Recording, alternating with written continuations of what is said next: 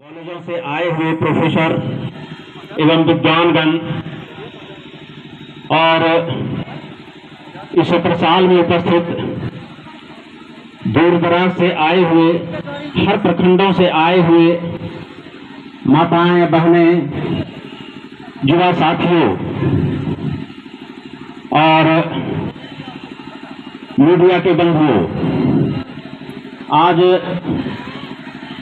मुंगेर जिला में विभिन्न प्रखंडों से इस कार्यक्रम को आयोजित करते हुए आज जिला स्तर पर मुंगेर में संत रैदास जी की 645वीं जयंती का आयोजन किया गया है और हमारे आयोजकों के द्वारा बड़ा ही विस्तृत रूप से ये आयोजन किया गया है, जिसमें कि हम और आप शिरकत कर रहे हैं। आज संत रैदास साहब के विचारों के बारे में यह आकलन किया गया है कि उनका विचार आज की परिस्थिति में कहाँ तक प्रासंगिक है। शिक्षा के स्तर पर, आर्थिक के तौर पर, सामाजिक विषमताओं पर और शैक्षणिक माहौल पर, इस तरह से उन्होंने जो विचार दिए आज के समय में, आज के संदर्भ में, वो 100% प्रासंगिक है। उनके विचारों को किसी भी सूरत में झुठलाया नहीं जा सकता है, क्योंकि वो निम्न वर्ग से आए और इन्होंने सार्वजनिक जीवन में रहते हुए अपने विचारों को दूर दूर तक फैलाने का प्रयास किया। और इतना ही नहीं, उन्होंने अपने स्वजातीय संगठन को भी प्रमुखता से संगठित करने पर बल दिया। साथ ही उन्होंने अपने अन्य लोगों को भी शामिल करने पर काफी बल दिया। इतना ही नहीं, उन्होंने सवर्ण समाज के लोगों को एकीकृत करके ऐसा पाठ पढ़ाया जो कि उनका शिष्य बन गए। इसी क्रम में चित्तौड़ की महारानी झाला रानी, जो सवर्ण समुदाय से राजपूत वंश की राजकन्या थी, वो भी उनका शिष्यत्व ग्रहण कर लिया।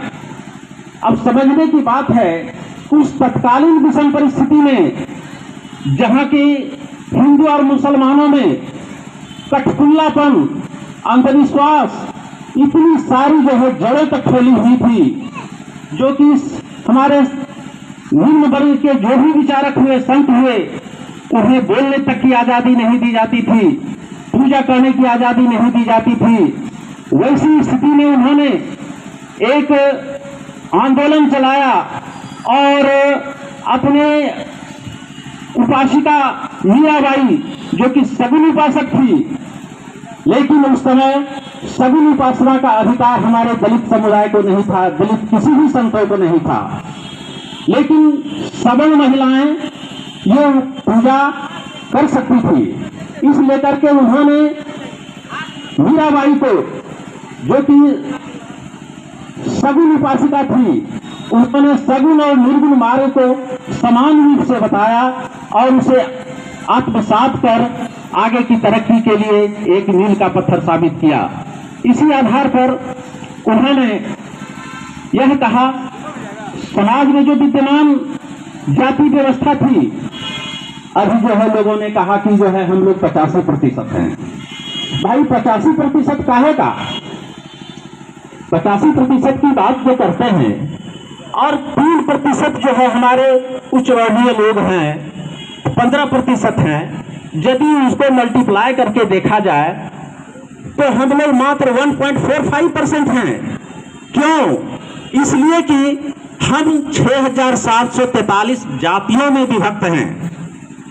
इस जाति प्रथा पर उन्होंने एक बड़ा ही मार्मिक पद जो है कहा कि जाति जाति में जात है, जो केलन के पाप, रैदास मानुष में जुड़ सके, जो लो जात न जात। एक ऐसा अनूठा उदाहरण दिया उन्होंने, जो कि केले के पत्ते एक पत्ता दूसरे से जो है सटा हुआ रहता है, उसी तरह से हमारा वर्ण व्यवस्था ब्राह्मण क्षत्रिय वैश्य शूद्र उसी केले के पत्ते के तरह एक दूसरे से सटा हुआ है। वो टस से मस नहीं हो रहा है, लेकिन उस केले का आप देखिएगा बाहरी भाग हरा रहता है, लेकिन अंदर का भाग वो पीला रहता है। लेकिन पीला रहने के साथ साथ वो परत दर परत जो है सटा रहता है, एक दूसरे से किसी तरह का जो है संपर्क नहीं है। उसी तरह से हमारा समाज इतने जातियों में विभक्त है जो कि एक दूसरे से जो है मिल नहीं पाता है। तो उन्होंने यह उदाहरण दिया कि उस केले का थंब का बाहरी भाग हरा भरा रहता है। क्यों हरा भरा रहता है भाई? तो उसे हर तरह से रोशनी मिलती है, हवा मिलती है, लेकिन अंदर का भाग वो पीला रहता है, क्योंकि उसको जो है कोई हवा नहीं मिलती है। ऊपर का वह पत्ता जो है उसको छाए रहता है, उसको विकसित होने नहीं दिया जाता है। यही हुई बहु व्यवस्था हमारे समाज के अंदर है। इसी लेकर के उन्होंने कहा कि समाज में जो तथाकथित उच्च वर्णीय लोग हैं, वे हमारे इस समुदाय के लोगों को कभी तरक्की नहीं होने देता है। तो ऐसी विषम परिस्थिति में संत रैदास जी के द्वारा अथक प्रयास किया गया। उस समय के तत्कालीन जितने भी संत हुए, उन्होंने निर्गुण मार्ग को अपना करके, भक्ति मार्ग को अपना करके सामाजिक क्रांति का परिचय दिया। तो आज हम लोग इस बात पर विचार कर सकते हैं कि कोई किसी भी चीज का निर्माण करने के लिए विचारधारा की जरूरत होती है, और विचारधारा किसी पर शासन करने के लिए विचारधारा बहुत आवश्यक है। लेकिन विचारधारा यदि समाप्त हो जाती है तो कहीं के नहीं रहेंगे।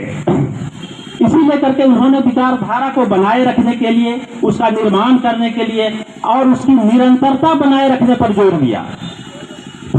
तो हम देखते हैं कि उन्होंने अपने जीवन काल में बहुत जगह भ्रमण किया।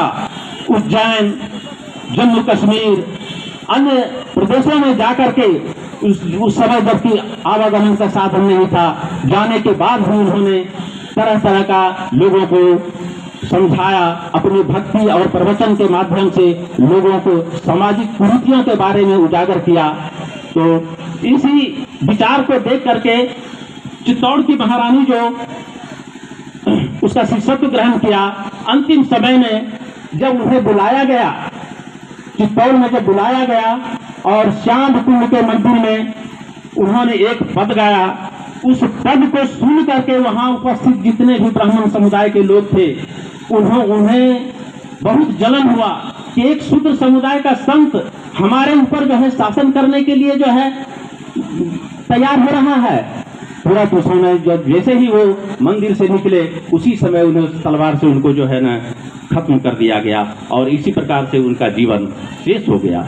लेकिन उनकी मृत्यु तो हुई, लेकिन उनका विचार आज भी हमारे जनमानस में दिनों दिन फैलते जा रही है। इसी शब्दों के साथ मैं आपको और हमारे इस आयोजनकर्ता को मैं बहुत बहुत धन्यवाद